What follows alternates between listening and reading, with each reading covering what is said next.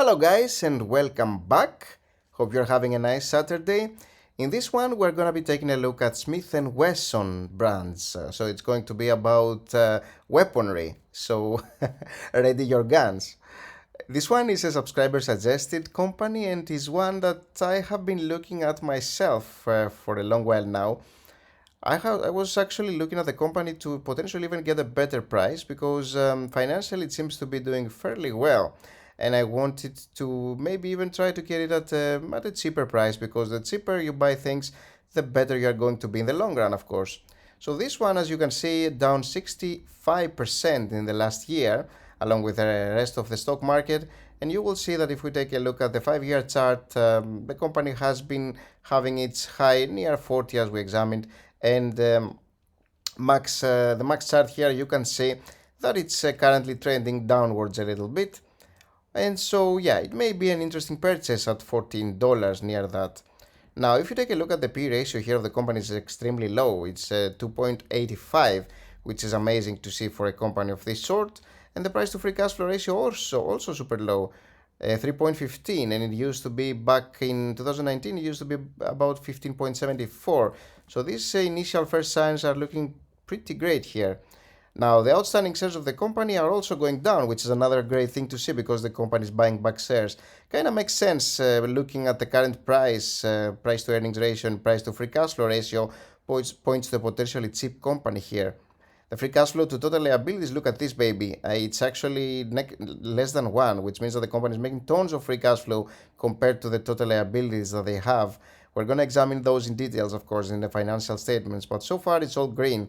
And the 5-year revenue growth, green as well, increasing, net income growth also increasing. You can see that the company had a little bit of a slump, but now they're doing much better. Free cash flow growth increasing as well. And it's only the 5-year total equity growth that it is going down over here a little bit. That's interesting. That may be because of extra debt, for example. We can, of course, examine the details. Now, you will see here that some of the other metrics are also pretty amazing, and this return on equity here, so 80%, kind of already points us to the company potentially utilizing debt, because the more debt you utilize, as long as you utilize it effectively, the better of a return on equity that you can get out of this one. And the returns of this company are looking amazing here. Pretty awesome net income margins as well. So far, things are looking amazing, and you can see the dividend yield as well, 2.2%, almost 2.3%. And the free cash flow dividend payout ratio is 5%, and when you compare it to the net income, it's 6%, which means that the company is extremely solvent and they can very easily pay their dividend yield out of free cash flow or net income. Free cash flow is a little bit more precise, generally speaking. Now, if we take a look at the financial statements, what are we saying about this company is the important thing that we're going to be examining next. Now, you will see that the company had a massive slump in 2018, and this is when they lost a lot of their revenue, and then they pretty much kind of struggled back up and surpassed this close to billion dollar mark, and actually they are sitting at 1.6 right now, 1.06 billion. Now, the net income from 128 million to 252. You will see here that again the company had some years that were not great, and for instance 2020 the company actually lost quite some, so that's interesting to see. Now, the balance sheet of the company, remember that we're looking at the total liabilities being fairly low here, 180 million, and the company needs less than a year of free cash flow, of the free cash flow that they generated last year, just to pay back all their total liabilities, which are not many, as you'll see. And the total equity has been 400 million here and 266 right now, so it has been going down a little bit. And you can understand the fact that the company hasn't been pretty much adding more shares. They have been buying back shares, so that definitely plays a role for sure. And also maybe the potential extra long-term debt here could have actually added to the equity being decreased. And again, a company can utilize debt and be absolutely fine, because debt can be a great tool to help you increase your bottom line. And so I'm really not concerned about the company losing some equity when they're having a great return on assets if they are utilizing that debt effectively. So that wouldn't concern me too much. Now, the cash flow statement here, you will see that the company is making some positive net income. Yet remember that some years have been a little bit weird, and they have slumped a little bit, the company. And 2017 was actually the best year till 2021. So they actually had subpar seasons over here for like 3 years. Interesting to notice. It seems like they are going through phases. Now the operating activities cash flow is increasing. The investing activities cash flow is negative, which is a good thing because the company is investing in PPE and capital expenditures, of course, for the most part. And financing activities, as you'll see here, paying a little bit of dividends and also repaying some debt and also still financing, so still getting extra debt here. Okay. Now the cash at the end of the period is increasing as well when you compare it to some years ago, and the free cash flow from 88 million to 292, with some years in between being subpar, again, as we have talked about earlier. So it's actually 2021 has been a pretty good year for the company. It will be interesting to see whether they can keep this up. Now, this hasn't been translated to a better stock price, though, and it seems to be sort of like a lagging indicator right now, which could potentially point to an interesting buy. And we're going to examine that by taking a look at the stock evaluation tool and see whether the current price of the stock is a potentially nice purchase for us.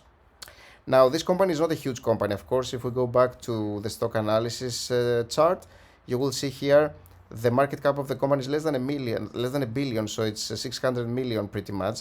So yeah, this is a small company, but you can of course buy a small company and prosper, especially when they are doing very well and they are unnoticed, which seems to be the case with them right now. Now the revenue growth has been pretty nice over here if you take the averages, but remember we had this fairly bad year here, which has been very negative, and it only affects the 5-year average because it has been back in 2018. So I have to take this into close consideration here, and I'll have to go low in my projections. I will have to go something like 7, let's say 9 and 11. And the net income margins, similarly, you're looking at margins that have been a little bit all over the place. So likewise, I kind of have to go low, and I think I'm going to go something like 3, 5, 5 maybe over here, 3, 5 and 8. Let's say that. The free cash flow margins, again, a little bit all over the place, similarly, but overall, I like to see margins that are typically around 60, yes, like 70 to 100 and 110 is what typically makes sense. So I'm going to go 60, 70 and 80 here. And an annual return of 13% is what I typically want to make out of any stock, out of any single stock, that is, not a basket. A basket is a different thing. But if we're talking about a single stock, we need to be making at least 13%, because the stock market can give us 10% on an ETF, unless we're crashing, which is the case right now. Although that 10% actually accounts for crashing years too, crashing periods. So if we hit calculate, you will see that the company is sitting at a very interesting point right now, where only the low estimates are a little bit off from what we'd like them to be. And that's because I have used the pretty low net income margins here with a 3% and the free cash flow margin of 60%. Now, if we use something a little bit better, maybe up our net income here margins by 5, 7 and 10, then we're all green for sure. And oh, actually no, this one is still red here. It would need even better margins here to make it green, I'm assuming. We can actually examine that. Yes, this is when we get to green. But I think a revenue growth of 7, 9 and 11 may be fine, but the net income margins of 5, 7 and 10 could be a little bit of a stretch here. So I think I'm gonna go with 3, 5 and 8, which I had earlier. I think that makes more sense here. And 60, 70, 80% could also be a little bit suppressed, but it could also happen. So I think that makes a ton of sense. So yeah, using these estimates, we are going back to what we saw, which is the low of 7.52, medium of 15.9, and high of 31.56. So the company looks fair, looks nice. It may be an interesting investment right now, or you may want to get it at a little bit of a better price. I would definitely, see somebody try to get Smith and Wesson a little bit lower, at a little bit of a lower price. And you can see how you can get a little bit sort of like a little bit directed towards buying the stock by looking at the ratios alone. But if we take a look at the actual discounted cash flow model, we're looking at a little bit of a more expensive price than what this value show here. It's still an interesting buy and probably a very nice buy here because it's increasing outstanding shares. They're buying back shares. They're making good profit, increasing their cash flows and all that. But it may be worthwhile actually waiting for it to go down a little bit more, even if you want to wait for that. Other than that, I think it's still a pretty good company to potentially own for a portfolio for many years. So I would have to say that it is close to being a buy for me right now. And I hope you enjoyed the video. Thank you for watching this one. I hope you are having again an awesome day.